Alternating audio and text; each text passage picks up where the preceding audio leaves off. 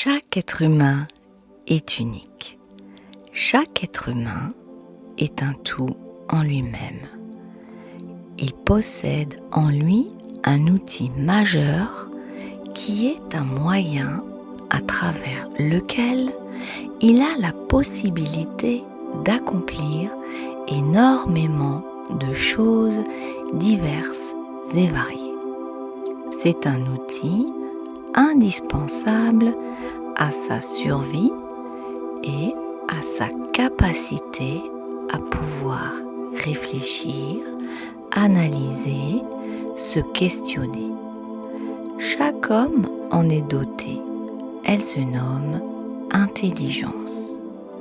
Cette intelligence est unique et propre à chaque être humain. Elle fait partie intégrante de sa constitution individuelle. Cette intelligence lui donne une faculté de pouvoir connaître, comprendre, s'adapter à certaines situations. Elle est hélas confrontée à divers critères de sélection, de mesure, de comptabilité, de tests et bien d'autres bilans d'analyse et de classement. L'intelligence individuelle doit se mesurer, se quantifier afin de pouvoir entrer dans une certaine fonction sociétale. Comme si des milliers d'objets, tous différents, étaient classés et placés seulement dans une dizaine de boîtes.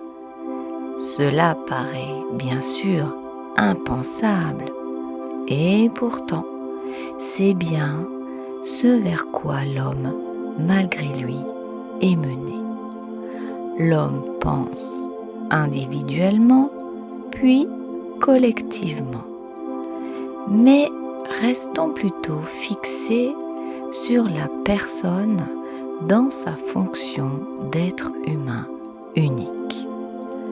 L'information à laquelle l'intelligence est confrontée peut être soit vue, entendue ou perçue sensoriellement.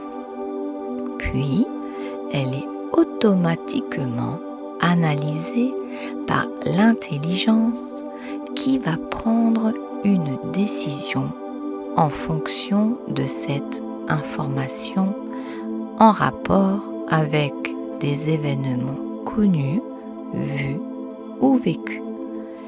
Une même situation ne sera pas vécue, analysée et traitée de façon identique par deux êtres humains. L'homme réagit toujours et dans n'importe quelle situation.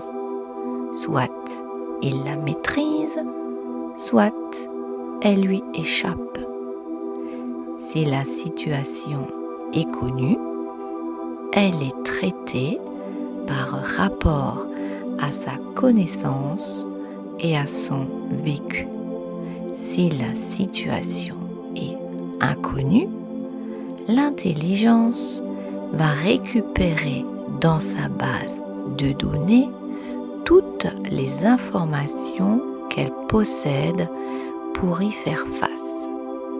Et si la situation n'est pas maîtrisable, elle peut être analysée comme étant une source d'où peut découler un inconfort variable à vivre ayant une échelle graduée qui peut aller de l'inconfort au danger.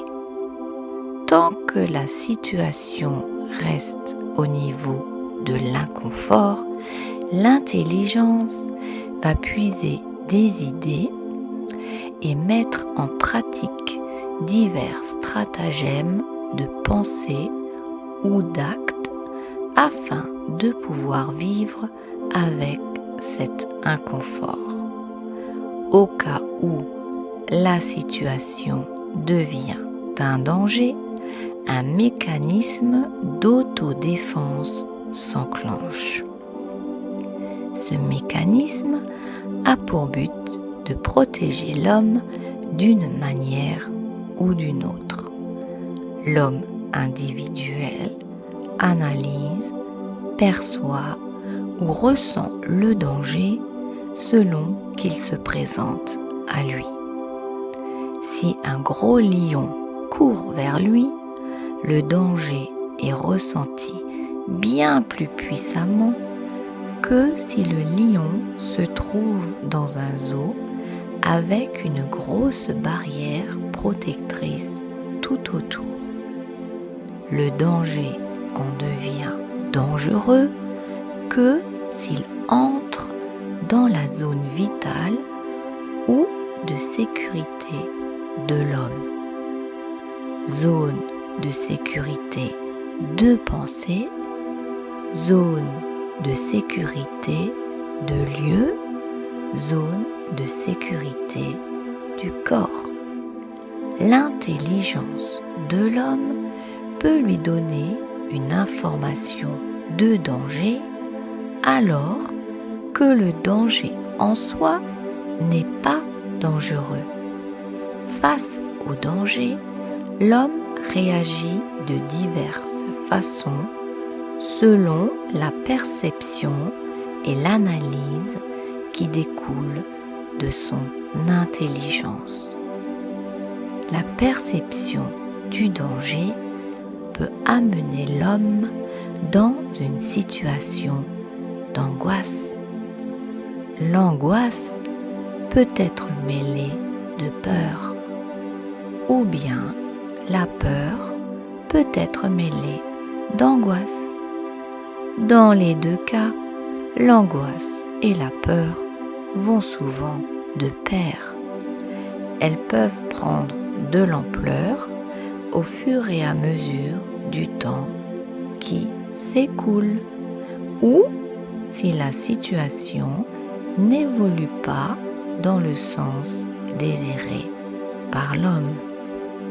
Plus l'angoisse et la peur remplissent la pensée de l'homme et moins l'homme arrive à pouvoir puiser dans son intelligence des ressources pouvant y faire face. Ce qui finit par mener l'homme dans une situation de peur et d'angoisse permanente. Si la situation n'évolue pas vers une amélioration ou un arrêt, l'intelligence de l'homme finira par le faire agir en fonction de ses peurs et ses angoisses.